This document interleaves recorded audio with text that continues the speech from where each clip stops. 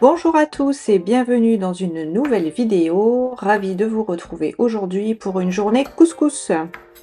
Alors je sais que parmi vous il y a forcément des experts en la matière, moi je ne le suis pas, mais j'essaye de m'améliorer à chaque fois que je le prépare. Sachant que je ne suis pas une recette particulière, je ne fais jamais 2 fois le même couscous. Du coup, je n'arrive jamais au même résultat. Il est toujours un peu différent. Je sais pas si vous êtes comme moi ou si vous suivez, vous, une recette vraiment bien précise, que vous faites toujours les mêmes gestes, les mêmes ingrédients dans le même ordre. Dites-moi ça et surtout dites-moi s'il y a des choses là que je vais faire qui vous horrifient.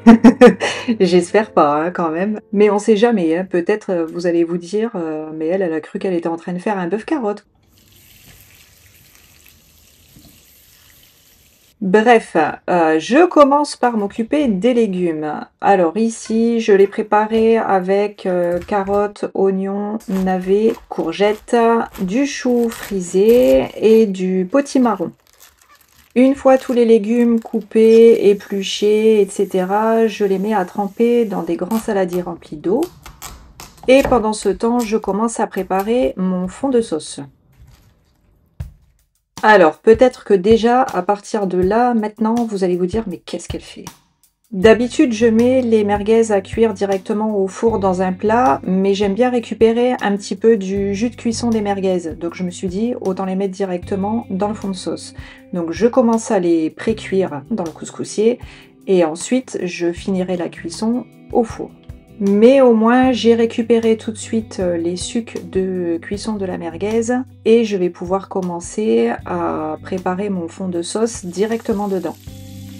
Je fais exactement la même chose avec les cuisses de poulet, donc je les mets dans le gras de merguez. Vous allez voir que mon couscous il est pas light. Je les assaisonne avec les épices spéciales poulet du Maroc. Et regardez déjà, ça a pris une belle couleur. Je dispose les merguez avec les cuisses de poulet dans un plat et je vais poursuivre un peu plus tard la cuisson au four. Maintenant que j'ai récupéré les sucs de cuisson de la merguez et du poulet, je vais commencer à mettre les oignons.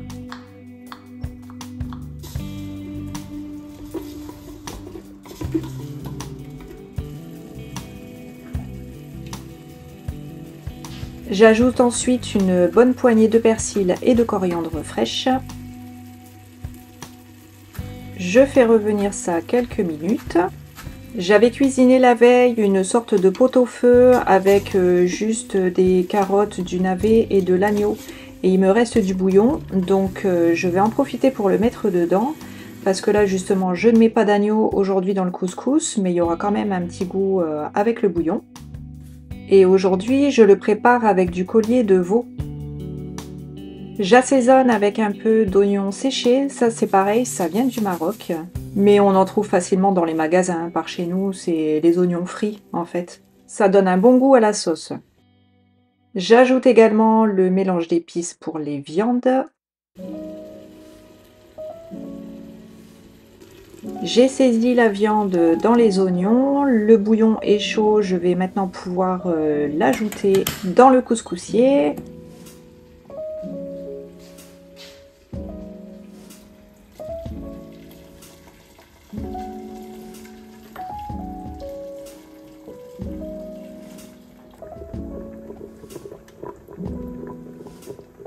Je me suis sorti une feuille de laurier, du bouillon cube et des pistils de safran.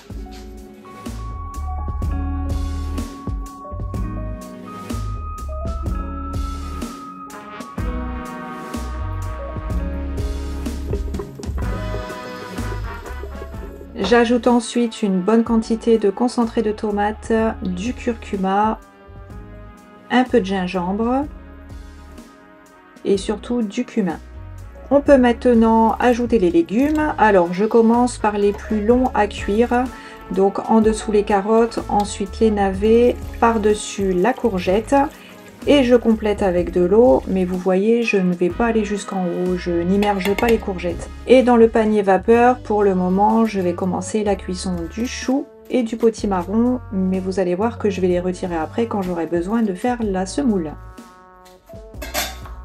Je passe maintenant à la préparation des raisins. Alors avant je ne le faisais jamais et une fois j'ai goûté un couscous avec des raisins secs cuisinés et j'ai trouvé ça vraiment excellent. Donc maintenant je le fais. Par contre j'ai pas du tout la recette pour cette préparation, donc on va dire que j'essaye de me rapprocher au mieux de ce que j'avais goûté.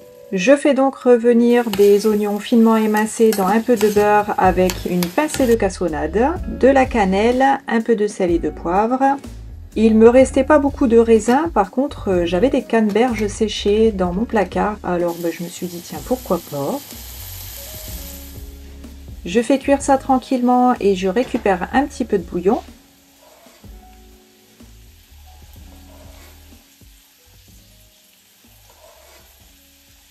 Je le verse sur les raisins et je vais laisser cuire ça tout doucement. Il faut réussir à avoir quelque chose de confit au final. À ce stade, la préparation du couscous est terminée, il n'y a plus qu'à laisser cuire tranquillement. Je vais maintenant m'occuper de la semoule en 3 étapes. Alors on commence par mettre un peu de sel et de l'huile d'olive, on vient travailler ça à la main. Il faut que tous les grains de semoule soient bien enrobés d'huile.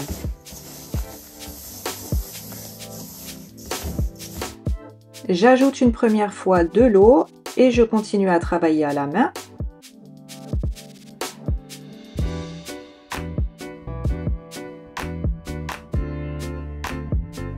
J'ai déplacé le potimarron dans une casserole, donc il va continuer sa cuisson dedans. Je vais mettre également le chou avec le restant des légumes dans le couscoussier parce que je vais avoir besoin de récupérer mon panier vapeur pour la cuisson de la semoule.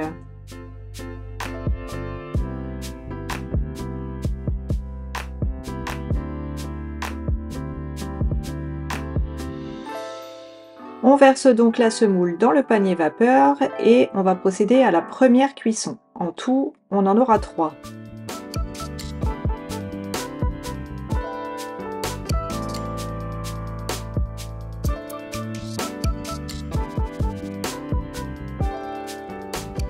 Après une bonne vingtaine de minutes, je récupère les grains de semoule.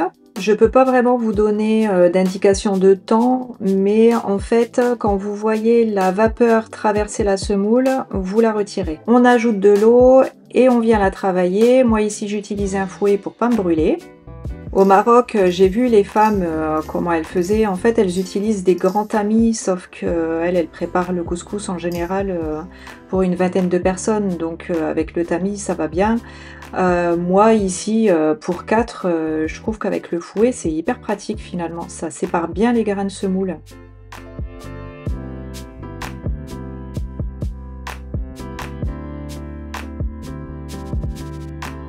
Et on place de nouveau la semoule dans son panier vapeur pour faire la deuxième cuisson. Si vous faites des petits trous à l'intérieur, ça va justement aider la vapeur à traverser.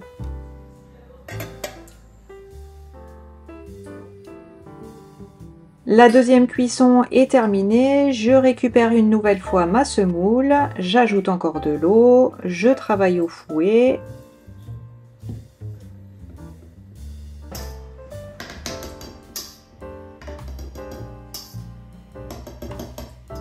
Et c'est parti pour la troisième et dernière cuisson.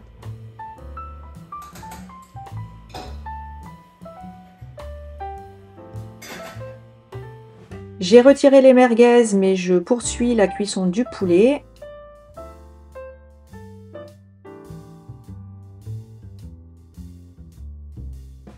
Les raisins sont maintenant bien confits.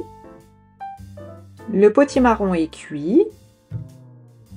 Je récupère le jus de cuisson justement des potimarrons pour faire cuire les pois chiches. Et j'ajoute également un peu de bouillon de cuisson du couscous. Le chou est bien cuit également.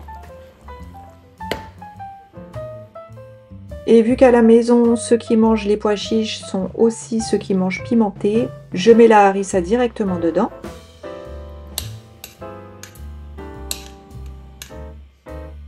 La dernière cuisson de la semoule est terminée, je mets du beurre, un tout petit peu de beurre.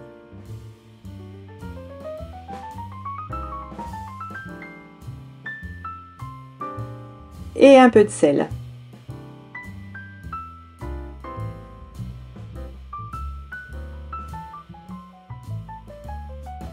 Et il n'y a plus qu'à servir.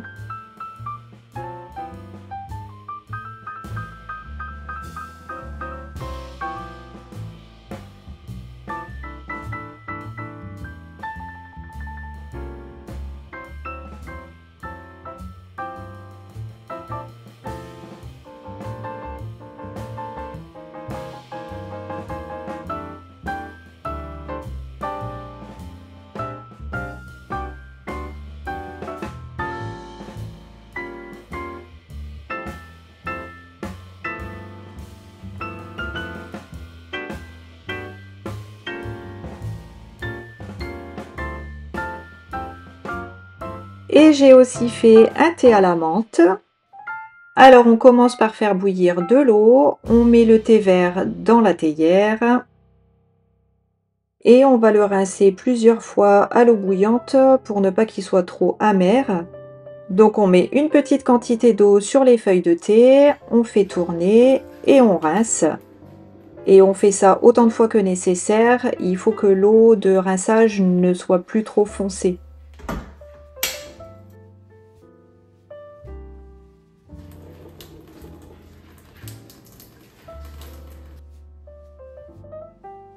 Une fois que le thé est bien rincé, on remplit la théière avec de l'eau bouillante. C'est assez rapide, alors surveillez bien. Dès que vous voyez les feuilles de thé qui commencent à gonfler et qui arrivent en surface, comme ça, vous le retirez du feu. Vous ajoutez du sucre et une bonne poignée de menthe fraîche. Il faut vraiment que les feuilles soient bien immergées, donc aidez-vous d'une cuillère pour bien mettre la menthe à l'intérieur, sinon les feuilles vont noircir.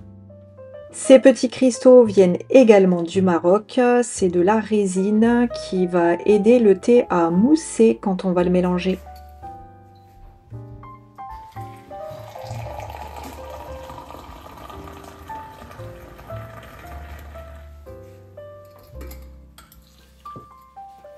Voilà pour la vidéo d'aujourd'hui et mes quelques compétences en couscous et en thé à la menthe. J'espère que j'aurai pas fait trop de bêtises, dites-moi ça en commentaire. Je suis sûre que les filles qui sont expertes et qui ont grandi dans la tradition, qui ont eu l'habitude du couscous de leur maman, de leur grand-mère, sauront me donner plein de conseils. Merci à vous pour votre bienveillance, merci à vous pour les commentaires que vous me laissez régulièrement. Vous n'imaginez pas à quel point ça fait trop plaisir. Franchement, j'adore lire vos commentaires et pouvoir y répondre, pouvoir échanger un petit peu avec vous. C'est vraiment un moment très sympathique. Sur ce, prenez soin de vous et à très bientôt.